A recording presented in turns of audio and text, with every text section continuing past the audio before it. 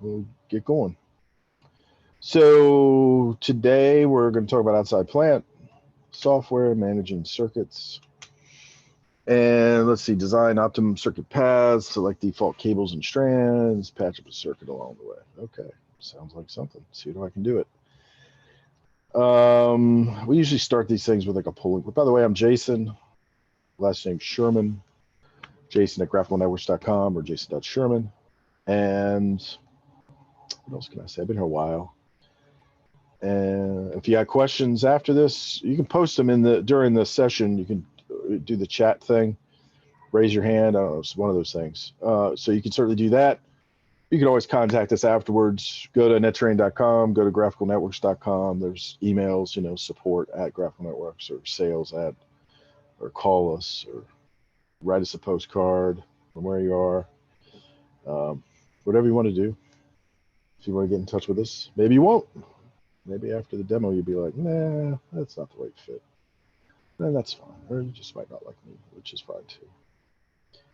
Can't please everybody. All right, so we go to polls. I'm going to launch the poll. What do you currently use to document and map the outside plant? Maybe you don't use anything. So I guess you can put other for that. Spreadsheets, Google Earth, Visio, spreadsheets, Visio combination. So if you want to do the poll, please do. Hopefully you see the poll. Ooh, Google Earth. Nice. Visio and spreadsheets. Google Earth and Visio. I don't know. Outside plant and Visio just don't seem to make sense to me. So that's good if you can get that done. I mean, I like Visio, don't get me wrong. It just seems tough for outside plant. Google Earth. Yeah, makes sense. It's a little hard as you grow, I think, with Google Earth. You can't really do, it's hard to do strands. Spreadsheets, I've seen some massive spreadsheets. You guys definitely, I've seen a lot of effort in the spreadsheet world. Good stuff, it's just that it gets a little complicated. So yeah, it looks like spreadsheets and Visio and Google Earth, all three. But all right, moving on. That was our polling question, and then questions. If you have questions, put it in the Q&A. I think there might be a raise your hand kind of thing too. So whatever gets the question over to us. So let's get into the actual product here. That's a circuit on my screen, but let me give you some context. So we make a software product called netTerrain, right? I've heard of it. Maybe that's how you found us. We're Graphical Networks. But if you do a search for like outside plant, usually we pop up somewhere on the list. So I'm going to navigate down into a what I call this the higher education network. It's just an example network, right, that I do demos from. So a lot of times I'll navigate into one of these things, and I want to give you context, right? So none of this is real customer data. This is just me making stuff up.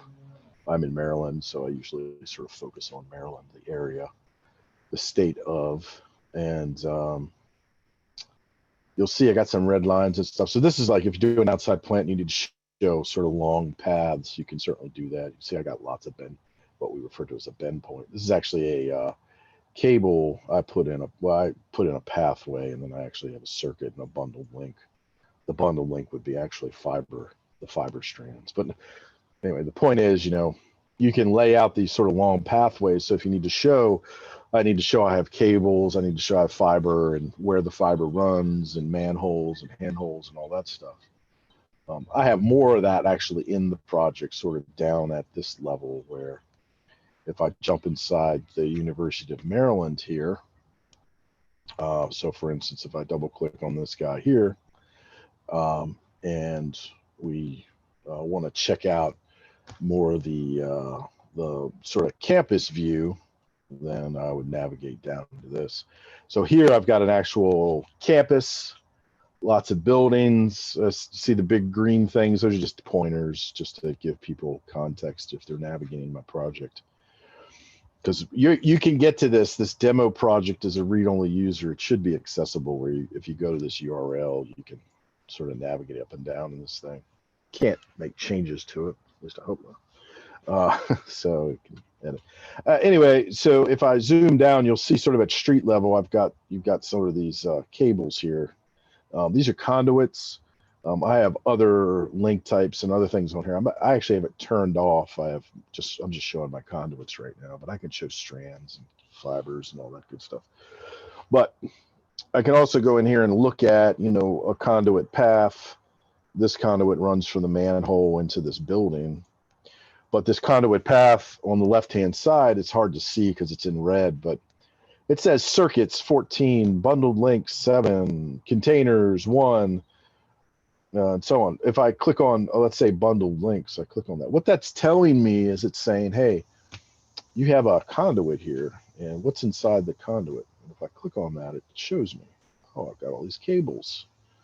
I got all these fiber cables, in fact, that are inside this conduit. And these cables, these fiber cables might not be just in this section of conduit. In fact, these cables, some of these like 12 or 24, if I show on diagram, let's see if we can find all these cables. These cables might traverse multiple conduits. In fact, this particular cable, when we look at it, if we go sort of click on it, it's highlighted in red there. I click on that. This is actually in, I can't even read that number. This one's in 2 containers. So there's 2 containers for that one. Here's another one. It's got a couple containers and so on. But the point is, because you're not used to seeing this project, you're not really sure probably where I'm navigating or going yet with all this stuff. Is, the point is you can create relationships between things. So for instance, if I want to create a relationship between fiber cables and the conduit, I can do that. If I want to create a relationship between conduit and, let's say, a defined pathway, I can do that too. So I have all these things. So I have conduit and conduit, and you'll see conduit sort of connecting into something like a manhole. And if I jump inside this manhole, then I can see the manhole and basically the sort of the conduit connection points. So north, south, east, west. So on this side, I can see these are all my conduits. There's no links inside of any of these conduits or ducts. Just depends on how you view it. But if I look at this one, I can see I've got 7 bundled links, which means I have 7 links that are passing through this or that are inside this. And I can sort of zoom out a little bit. And I can click on some of these cables. I think these might be stacked up, but here's one of the cables. It's 24 strand fiber. Here's one 72 strand fiber.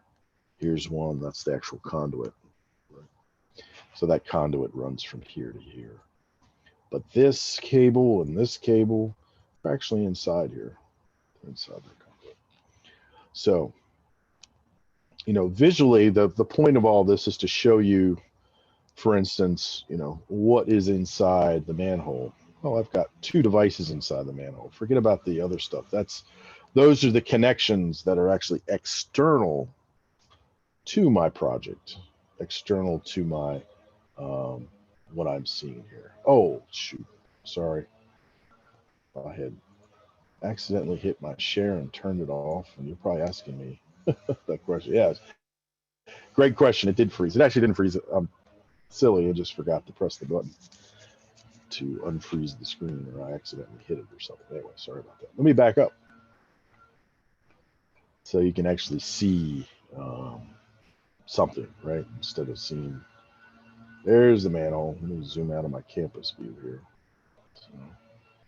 So here I've got a building, I've got a conduit, I've got a manhole. If I zoom out and I start to scroll, you'll actually see more manholes and more conduits and pathways and things like that.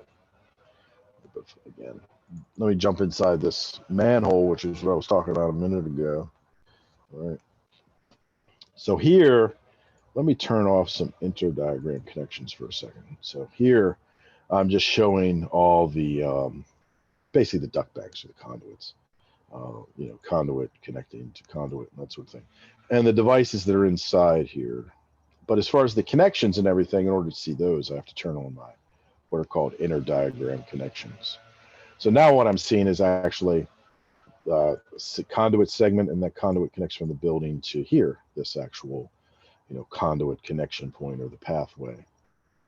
But inside this conduit, I have actually this 72 strand fiber and this 24 strand fiber. So they're both actually in there, in addition to some other ones too. But so over here, I've got another cable, and that one is a 72 strand fiber cable, and that runs from this device out to a whole nother location.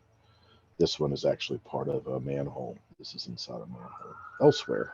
And I could see that I could double click on it, but I can just see the values.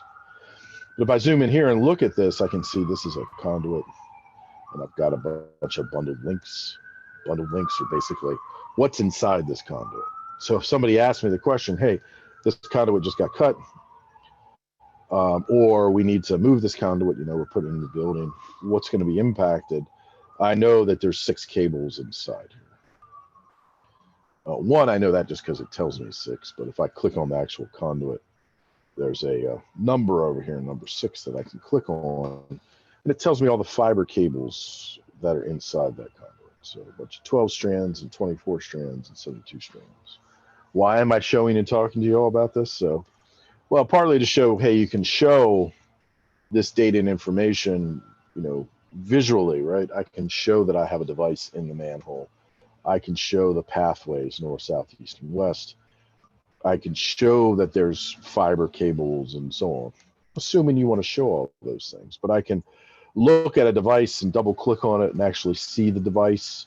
I can see the splice trays. So if I double click on the splice tray, I can see the splice tray, and I can see here, I've got a connection port, a connection port in the splice tray. On this side, there's a fiber cable. So if I click on this, you would see information over here about this, the connection here. This is actually a blue fiber strand, and it tells you over here what the cable is, what type of cable, and so on. And that is spliced. This is the splice point to another cable, another strand, and that's over here, and it tells the information over here about that cable as well. So again, just really quickly looking at this, it might be a little confusing, but the point is you can have these different devices, you can have the splice trays, you can show the cables, the strands, the stranded cables, and so on. And I can see what it connects to. I can actually double click this and it'll show me where this basically goes. I can also generate what we call the CLR, which is basically the pathway. So visually, if I'm looking at a strand or a splice, which is right here, right? So if I'm coming from here, what is the true path of everything I'm connected to? Well, in this case, I'm connected from the FOSC, which is the splice device, and that is spliced over using a strand from a 72 strand cable, and that's spliced over to this building here on the 3rd floor, inside this cabinet, inside this device, inside this card. So this is giving you a full physical path between points. So it's just to show you what you can see out of the data that you put into the system. Right? So you can build, these connections. You can build your cables. You can build your strands and look at your strand connections and take a cable and sort of lay it out. For instance, I can go over here and look at all the strands for a cable. And I can see, this is a 72 strand cable. Let me zoom out a little so you can maybe see the whole thing. All right. So I can see all the strands for this cable. I can click on the interface and I can see a strand and what that strand connects to. Like this strand connects to port 1.1 of card 1 of the splice box, and it goes to 2.1 of the splice box as well, card 1. So it's just telling me what I'm connected to. It also tells me if I'm using this, if there's a defined circuit already for this. So again, the reason I'm showing this is to show, hey, you can, if you want to, You can show, the manhole with the equipment in it and all that good stuff. But in addition, you can show, the manhole where it lives on the street, or the handhole, or whatever it is you might have as far as outside plant goes. It might be poles. You can show poles. You can show buildings. These are all buildings where we have connections and so on. Right? And the reason you can do this, and one of the reasons you might do this, where you put in sort of all this data, is because you may want to ask the question, or you may want to see a pathway. And if it does, is there a pathway that exists? Let's say from here, from this building, do I have fiber so I can terminate to some other building? So for instance, maybe between these two buildings, do I have fiber? Do I have cables from here to here? Do I have fiber cables? And do I have strands available? I don't know. I'm just going to select these two buildings, and we're going to go to Tools, and we're going to choose Circuits and New Circuit. And we'll see. I may have chosen unwisely. No, I guess this was okay. Says there's 7 hops, and this is basically showing me the path from this building to this building down here, and it's showing me all the hops that it would take, and it's also going to tell me what fiber cable it's going to use, and then what strands it's going to use.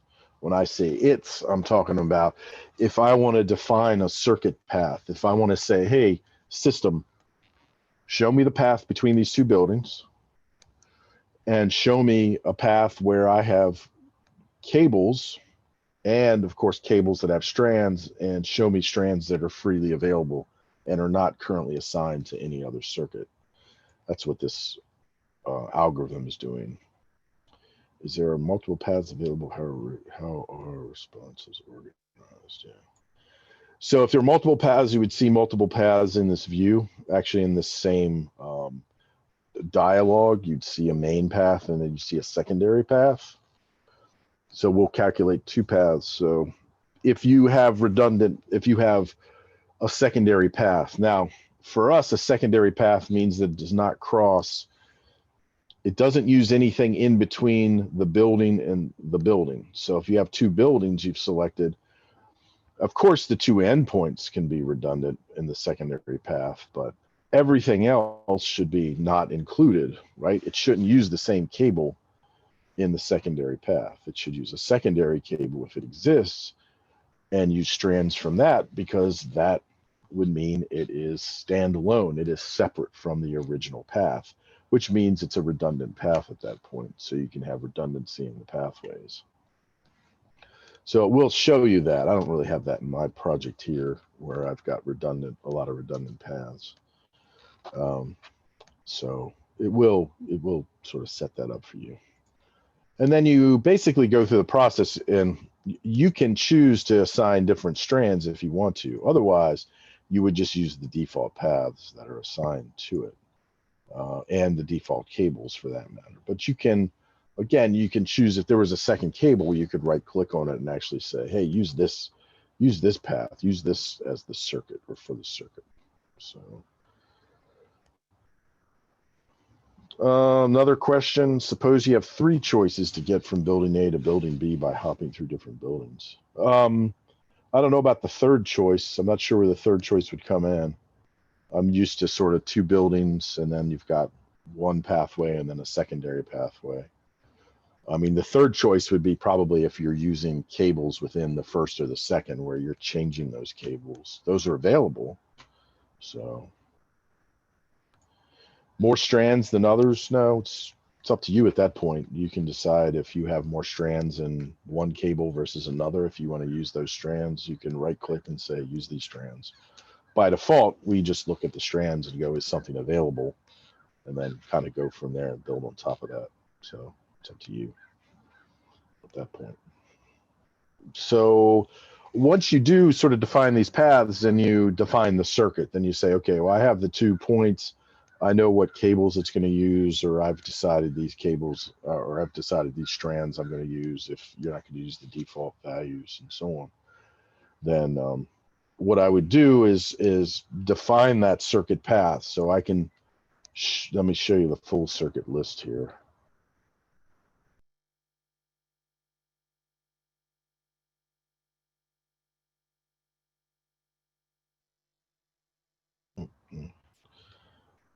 It's not necessarily gonna, like if there's another question about shorter paths and things like that. No, I mean, the path is the path.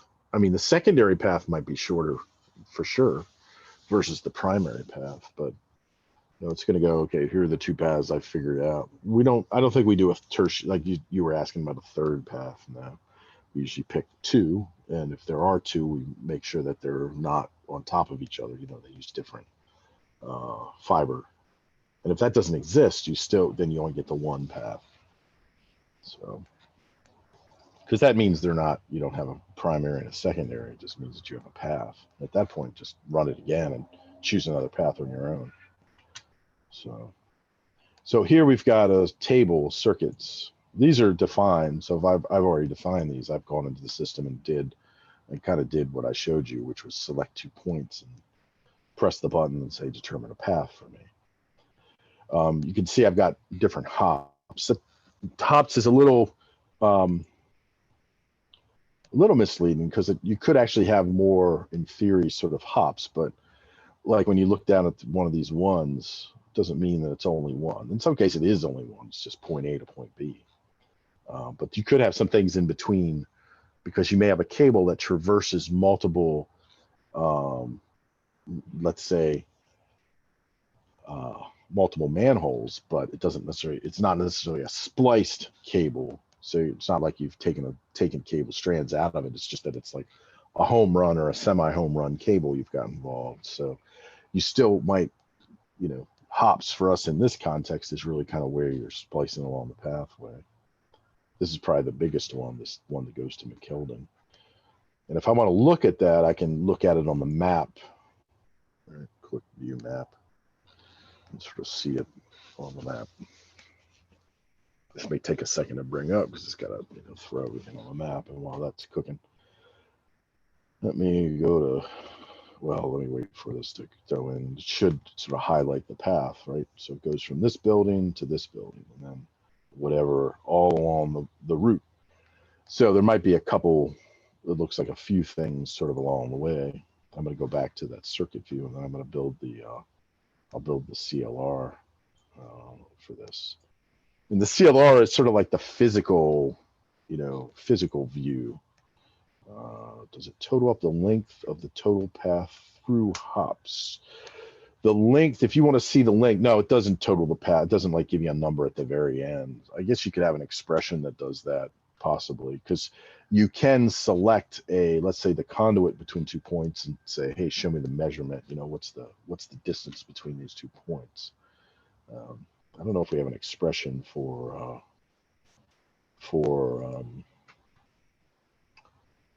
determining the length of a cable. If we do, then you could have it display the value and then have it probably roll up the calculation. So I think that's doable, but I don't have that as an example. So this would be a circuit. So this is the circuit defined, and this is what the circuit's called. That's just what I called it because I'm the building on each end is Brendan, Oribe, and McKeldin. So if you went to Maryland, you would know what those buildings are. So if you kind of zoom in on this is showing you the path. You start at McKeldin, and then or you could say we start here at Brendan, and we go through the campus branch manhole, and then we go to this manhole, and then this manhole, and this manhole, and so on and so forth. So now, with that said, that means that we're doing something in these manholes most likely. So we're probably doing some sort of jumper or a splice in the manhole. So it kind of depends on the circuit and the path. But this shows you sort of each end of the building, the device. So it tells you the port that the strands are connected to, the device, basically where it is in the rack, in the cabinet, in the room, and then the floor that you're on, and then this is the building itself. But it shows you the cable that's being used. This is the name of the cable. and this is the strand count that you're taking. You're taking strand 1 and 2, and you're basically connecting it up into a device inside this manhole, right? And then another manhole. So, and it's just going through each of these manholes. So actually, in this case, you actually have some splicing and stuff going on at each manhole. And then you've got the device on the other end. Manhole can't just draw. But what you're doing here, the reason you have this sort of ability to define these circuits, let me go back, is because it allows you to reserve strands from the system, right? So when you define when you say, okay, system, show me what's available for a circuit path, right? So, you know, pick the 2 buildings, show me the circuit path. Great. Okay, I like this circuit path. Let me create it. Let me have the system create a circuit, name it, but at that same time, it reserves the cables. I should say the strands from the cables. So once you do that, then those strands are no longer available for another defined circuit because you've already taken those strands out of the system or from the system. Now, if you were to delete that circuit, like if you go over here to circuit and you go to the full list and you delete a circuit, it's going to put those strands back into the system to be used, you know, if you want them.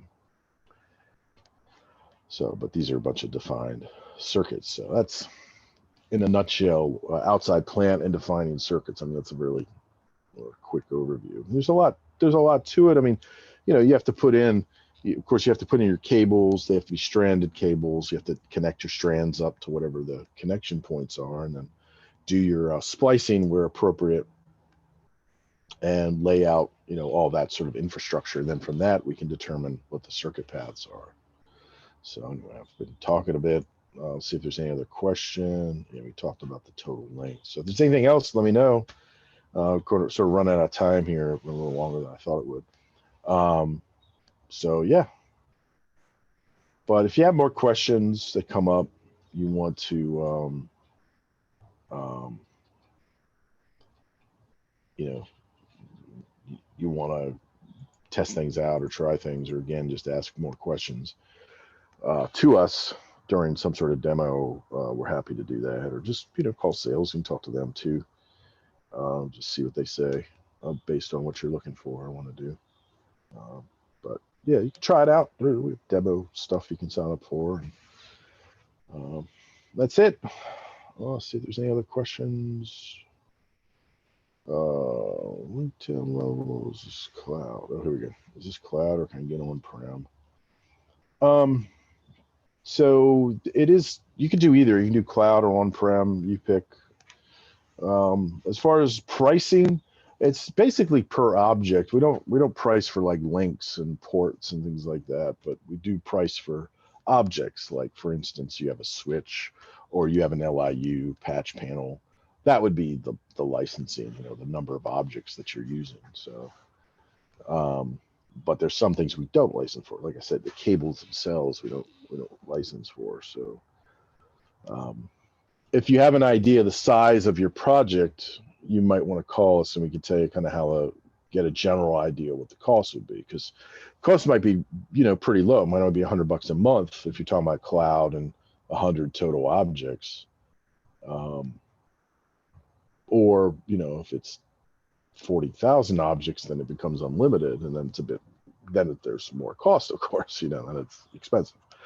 But yeah, I would just ping us when you're ready, and then we can give you an idea what costs might be for your particular project. So, all right, that's it. Time's up. I turned into a pumpkin. So, talk to you guys again. Reach out if you got questions. We're happy to help you, or you know, we'll just answer your questions. We're not going to berate you as far as sales and stuff goes. So, happy to just make sure it's the right fit. Thanks, everybody. Bye-bye.